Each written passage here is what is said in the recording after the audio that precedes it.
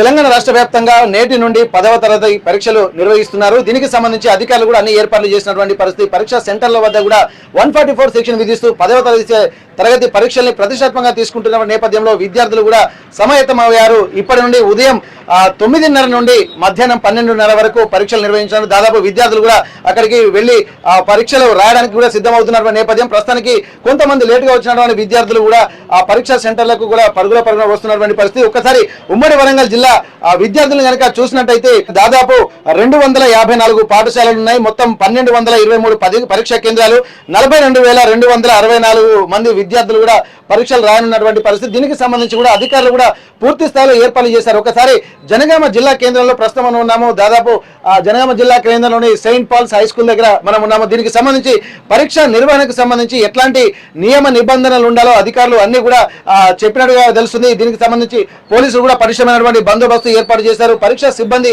తప్పనిసరిగా ఫోటో ఐడీలు ధరించాల్సినటువంటి అవసరం అయితే కనిపిస్తుంది. విద్యార్థులు తప్పనిసరిగా హాల్ టికెట్ తీసుకుని వెళ్లాలని చెప్పి అన్నారు. విద్యార్థులు ప్రశ్నపత్రంలోని ప్రతి పేజీ పైన కూడా హాల్ టికెట్ నంబర్గా ఖచ్చితంగా రాయాల్సినటువంటి అవసరం ఉంది.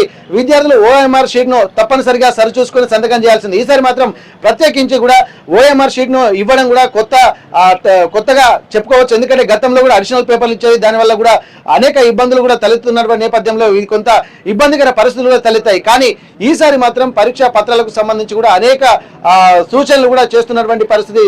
ఉమ్మడి వరంగల్ జిల్లా వ్యాప్తంగా కూడా 42,446 మంది విద్యార్థులు కూడా పరీక్షలు రాస్తుండడము, దీనికి సంబంధించి కూడా పటిష్ట బందోబస్తు ఏర్పాటు చేశారు.